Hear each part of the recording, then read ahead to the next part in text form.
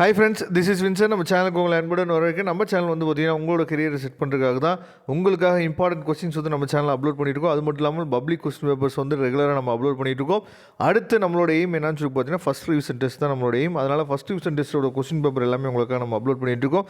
With answer கீயோட உங்களுக்காக upload பண்ணிட்டு இருக்கோம். கண்டிப்பாக இந்த வீடியோஸ் எல்லாமே உங்களுக்கு ரொம்பவே ஹெல்ப்ஃபுல்லாக இருக்கும். இன்றைக்கி நம்ம பார்க்க போகிறது வந்து பார்த்திங்கன்னா ஃபஸ்ட் ரிவிஷன் டெஸ்ட், அதாவது தமிழோட கொஸ்டின் பேப்பர் தான் நம்ம பார்க்க போகிறோம். சரியா?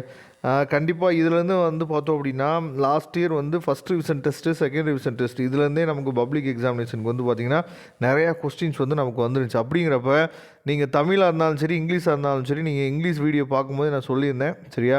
அதாவது ஒன் வேர்ட்ஸுக்கு நீங்கள் எந்த அளவுக்கு பழைய கொஸ்டின்ஸை வச்சு எந்த அளவுக்கு நீங்கள் ரெஃபர் பண்ணுறீங்களோ அந்த அளவுக்கு நீங்கள் வந்து மார்க் வந்து ஸ்கோர் பண்ணலாம் அப்படின்னு நம்ம சொல்லியிருந்தோம். சரியா? அதே மாதிரி தான் தமிழுக்கும். சரியா? ஏன்னா தமிழ்லேயும் வந்து பார்த்திங்கன்னா ஒன் வேர்ட்ஸ் வந்து அதிகம். அப்படிங்கிறப்ப தமிழ், இங்கிலீஷை பொறுத்த வரைக்கும் நீங்கள் எந்த அளவுக்கு கொஸ்டின் அண்ட் ஆன்சருக்கு வந்து இம்பார்ட்டன்ட் கொடுக்குறீங்களோ அதை விட நீங்கள் ஒன் வேர்ட்ஸுக்கு வந்து ரொம்ப இம்பார்ட்டன்ட் கொடுத்தீங்க அப்படின்னா கண்டிப்பாக உங்களால் நல்ல மார்க் வந்து ஸ்கோர் பண்ண முடியும். ஆட்டோமேட்டிக்காக உங்களோட டோட்டல் வந்து என்னாச்சு பார்த்தா இன்க்ரீஸ் ஆகும். சரியா? அதனால் டோட்டல் வந்து நீங்கள் வந்து 550க்கு மேலே நீங்கள் ஸ்கோர் பண்ணணும்னு நீங்கள் வந்து ஒரு முடிவில் இருந்தீங்க அப்படின்னா கண்டிப்பாக தமிழ் மார்க்கும் இங்கிலீஷ் மார்க்கும் ரொம்ப உதவும். அதுக்கு நம்ம பண்ண வேண்டிய ரொம்ப ரொம்ப முக்கியமான விஷயம் என்னென்னா, இந்த மாதிரி நம்ம வந்து பப்ளிக் எக்ஸாமினேஷன் ப்ரிப்பேர் பண்ணும்போது இந்த மாதிரி நம்ம நிறையா கொஸ்டின் பேப்பர்ஸ் வச்சு நம்ம ப்ரிப்பேர் பண்ணோம் அப்படின்னா நமக்கு ஒரு ஐடியா கிடைக்கும். சரியா?